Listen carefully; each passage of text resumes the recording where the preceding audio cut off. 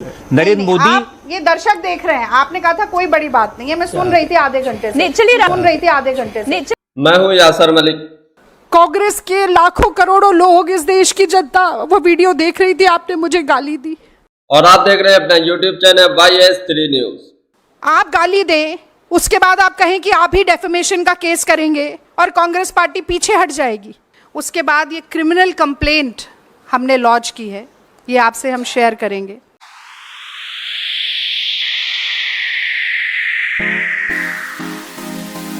गोदी मीडिया किसके लिए काम करती है वो आप लोग जानते ही।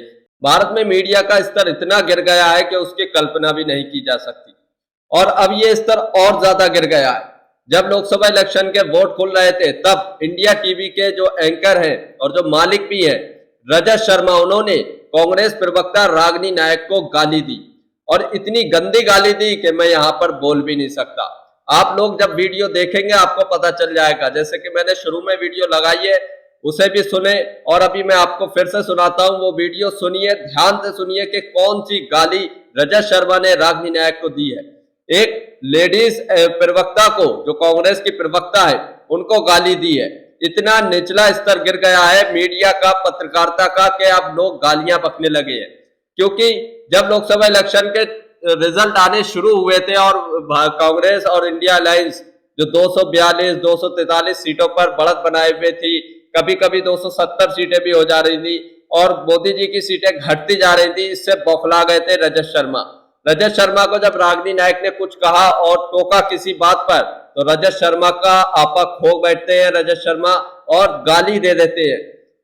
ये उस समय तो वीडियो पता नहीं चली थी, रागिनी नायक को भी नहीं पता चली थी, लेकिन उसके बाद ये वीडियो कल से बहुत ज्यादा वायरल होने लगी है। जिस पर रागिनी नायक के पास जब ये पहुंची, पवन खेड़ा के पास और कांग्रेस प्रवक्ताओं के पास जब ये वीडियो पहुंची, तो उन्होंने इसका संज्ञान लिया और एक प्रेस कॉन्फ्रेंस रागिनी नायक ने की। आप आगे पूरी प्रेस कॉन्फ्रेंस सुनिए, रागिनी नायक ने क्या कुछ बताया उस वीडियो के बारे में और कौन सी धाराएं लगाई है, क्योंकि रजत शर्मा के ऊपर एक क्रिमिनल एक्ट की जो धाराएं हैं वो भी इसमें बताई जाएंगी, और आगे कांग्रेस क्या करने वाली है इस वीडियो को लेकर आप पूरी डिबेट जरूर देख कर जाइए। नरेंद्र मोदी, ये दर्शक देख रहे हैं, आपने कहा था कोई बड़ी बात नहीं है, मैं सुन रही थी आधे घंटे से। आज की एक बहुत ही महत्वपूर्ण प्रेस वार्ता में सभी मीडिया बंधुओं का मैं स्वागत करती हूं, अभिनंदन करती हूं और इस्तकबाल करती हूं, और अपनी बात ये कहकर शुरू करना चाहती हूं कि हर आदमी में होते हैं 10-20 आदमी, जिसको भी देखना कई बार देखना। ये लोकसभा चुनाव इस दृष्टि से बहुत ही विलक्षण रहा है कि मोदी जी के साथ साथ भाजपा और आरएसएस की विषाक्त विचारधारा से जुड़े कई और व्यवसायों में काम करने वाले लोग, कई पत्रकार भी उसमें बेनकाब हुए हैं। मुझे लगता है कि आज की प्रेस वार्ता इसलिए भी महत्वपूर्ण है क्योंकि एक पत्रकार की बेटी होने के नाते बचपन से मैं ये सुनती आई हूं कि खींचो न कमानों को न तलवार निकालो, अगर तोप मुखातिब हो तो अखबार निकालो। तो चौथे स्तंभ, जो लोकतंत्र का चौथा स्तंभ है, उसकी निष्पक्षता और निर्भीकता पूरे लोकतंत्र के लिए कितनी महत्वपूर्ण है, ये बचपन से मुझे सिखाया गया। मैंने कई बार टीवी के डिबेट में भी ये कहा कि एक पत्रकार की कलम अगर झुकती है तो सिर्फ लिखने के लिए झुकनी चाहिए, ऐसा मेरे पिताजी हमेशा कहते थे। अब सवाल ये उठता है कि एक बहुत ही सभ्य, मर्यादित, संयमित दिखने वाले वरिष्ठ पत्रकार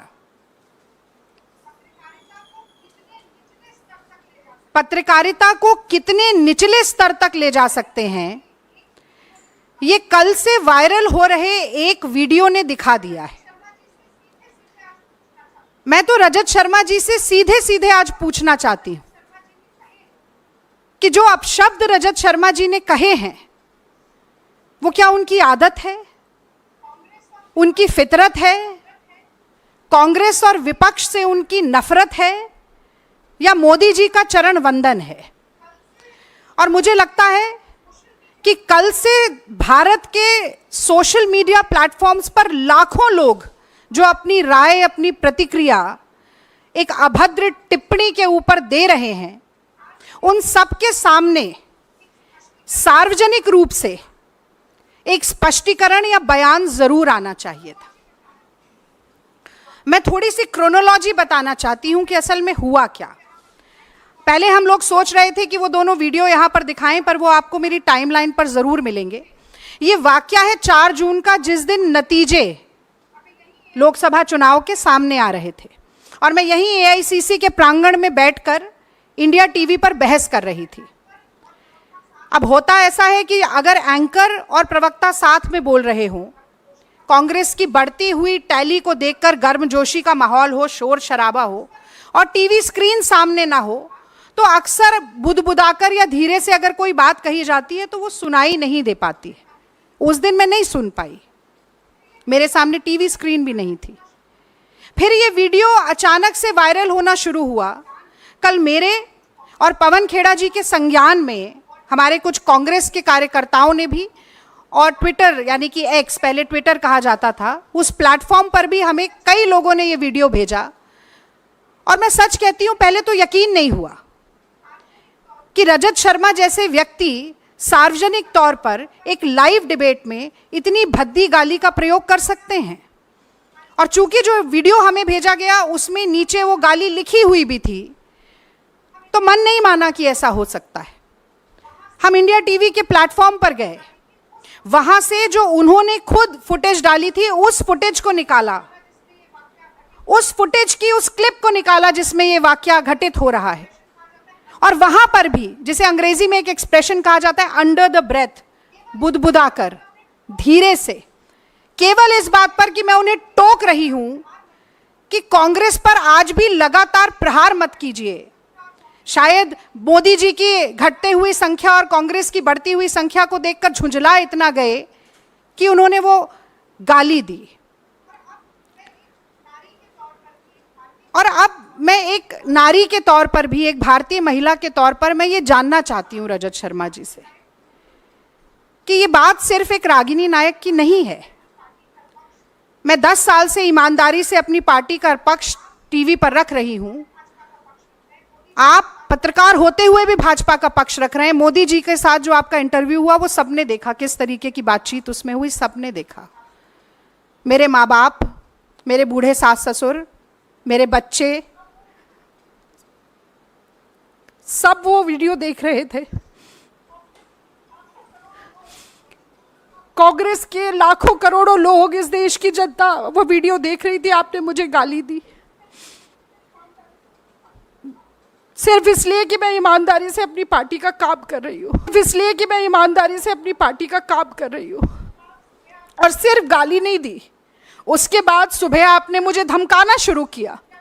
आपने कहना शुरू किया कि अगर प्रेस कॉन्फ्रेंस किया जाएगा तो डेफेमेशन का केस करेंगे।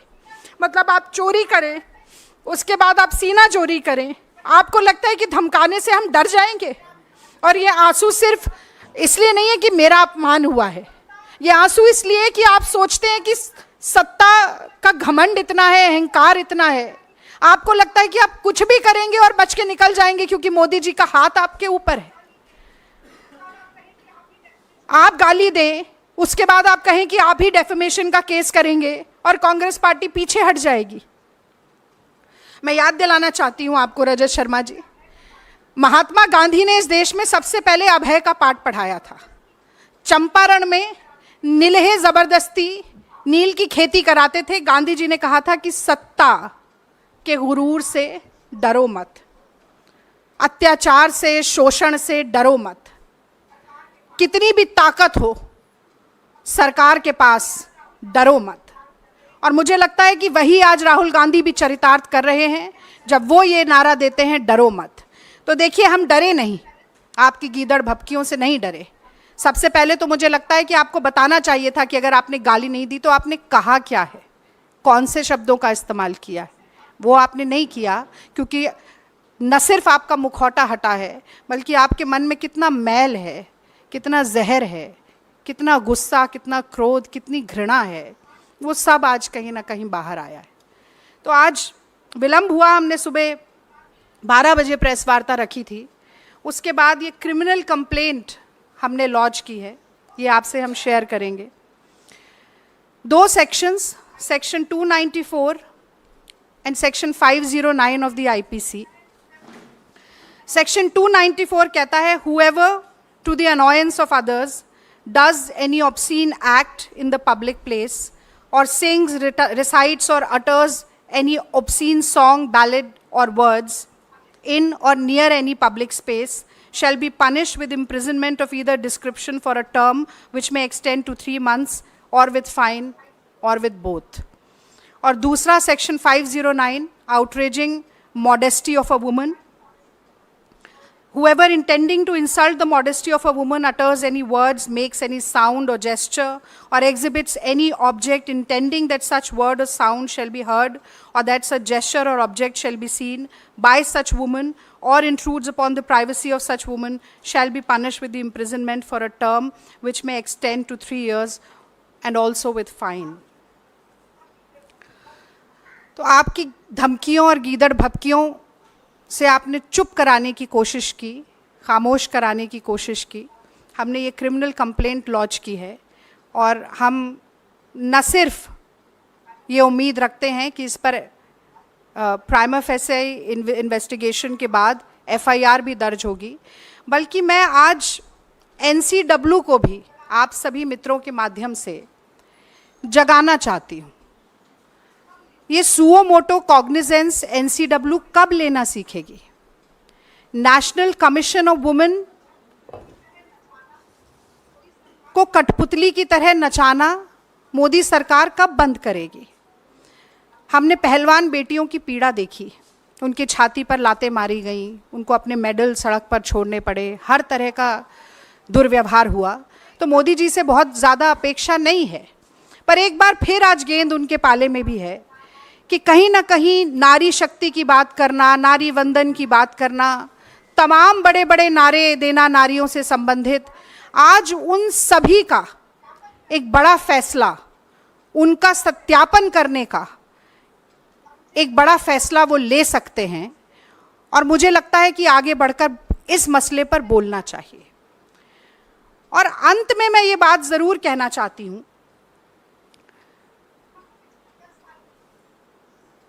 कि हमने पिछले 10 साल में देखा, विपक्ष के प्रवक्ताओं की घेराबंदी होती थी, विपक्ष के प्रवक्ताओं को कम समय दिया जाता था टेलीविज़न के डिबेट पर, विपक्ष के प्रवक्ताओं को बहुत सी बार म्यूट कर दिया जाता था, भाजपा के प्रवक्ताओं को कवर फायर मिलता था एंकर की तरफ से।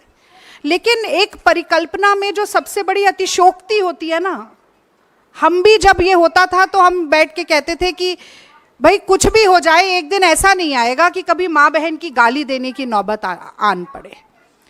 और मुझे लगता है कि उस भयावह परिकल्पना को चरितार्थ करने का काम, उसको यथार्थ में बदलने का काम जो रजत शर्मा जी ने किया है, अगर नैतिकता का एक अंश भी उनके मन में होता तो ये मुझे डेफेमेशन की धमकी देने के बजाय सार्वजनिक प्लेटफॉर्म पर, अब वो बहुत सारे एंकर्स से और भाजपा के ट्रोलर से और गाली दिलवा रहे हैं। आप ज़रा देखिएगा एक बार टाइमलाइन पे जाके, भद्दी से भद्दी गाली, खतरनाक से खतरनाक धमकी मुझे दी जा रही है। तो मुझे अपेक्षा ये थी कि वो आकर ये बात कहते, बताते, स्वीकारते और माफ़ी मांग लेते, ख़त्म हो जाता कि मेरे मुंह से निकल गया, नहीं बोलना चाहिए था, या कम से कम ये बताते नहीं कहा तो क्या कहा। तो ये जो घमंड है, ये जो धृष्टता है, ये जो अहंकार है, ये जो अहम है कि अगर सत्ता का हाथ मेरे सर पे है, मेरी पीठ पर है, तो मैं कुछ भी कर गुजरूंगा और मेरा कोई कुछ नहीं बिगाड़ सकता, इस घमंड को तोड़ना ज़रूरी है। इसलिए हम ये लड़ाई लड़ रहे हैं। और मुझे तो बड़ा आश्चर्य होता है, विद्यार्थी परिषद से संबंध रखते हैं रजत शर्मा जी, मुझे लगता है इनकी शायद ये प्रशिक्षण वहीं से शुरू हो गया था। और उसका वो एक अंग्रेजी में कहा जाता है, scratch on the surface and you will see the ugliness beneath. और वही कहीं देखने को मिला है, the perception, the pretence actually slipped. और अंदर के भीतर की कितनी कड़वी सच्चाई है वो एक बार एक झलक में निकल कर आ गई। तो एनसीडब्ल्यू इस बात का संज्ञान ले। प्रधानमंत्री नरेंद्र मोदी अगर इस देश की नारी शक्ति के प्रति लेश मात्र भी श्रद्धा रखते हैं, सम्मान रखते हैं मन में, तो इस बात का संज्ञान ले।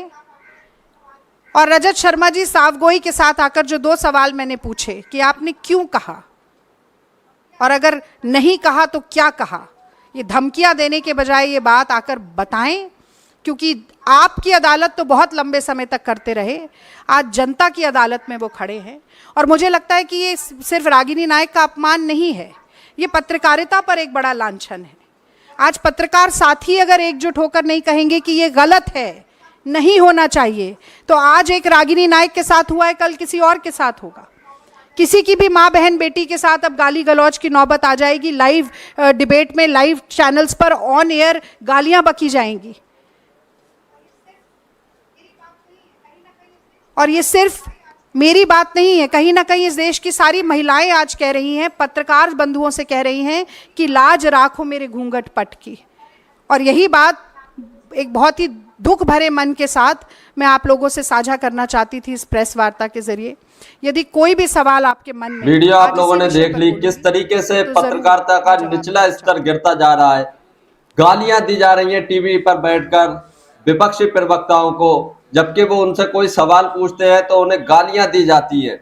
रजत शर्मा जो इंडिया टीवी के एंकर हैं, मालिक भी हैं, उन्होंने गाली दी और उनके ऊपर जो रागिनी नायक ने बताया मोदी जी का हाथ है तो वो बचकर निकल जाएंगे, ऐसा वो सोचते हैं। आप लोग इस वीडियो के बारे में क्या कहते हैं? क्या रजत शर्मा को माफी मांगनी चाहिए, आकर सफाई देनी चाहिए, या रजत शर्मा की गिरफ्तारी होनी चाहिए?